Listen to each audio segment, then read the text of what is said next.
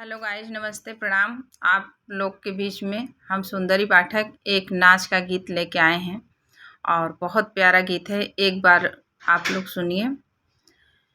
सैया मोरी गमनवा लिहले, सैया मोरी गमनवा लिहले, जाले बीच बदरिया में। सैया मोरी गमनवा लिहले, जाले बीच बदरिया में। माई रोवे बाबा रोवे, बैठी बखरिया में।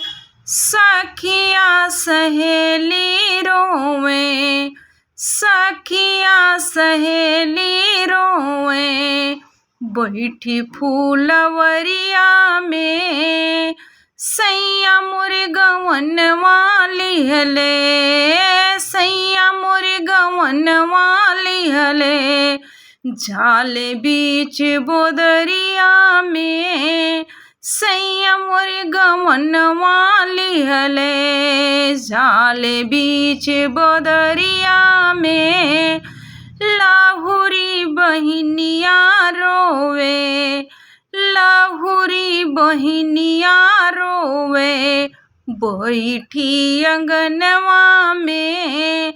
लाहुरी बहिनिया रोवे, खड़ी अंगनवा में। सैया मोरे गवनवा लिहले, सैया मोरे गवनवा लिहले, जाले बीच बोदरिया में। सैया मोरे गवनवा लिहले, सैया मोरे गवनवा लिहले, जाले बीच बोदरिया में। सैया मोरे गवनवा लिहले, जाले बीच बोदरिया।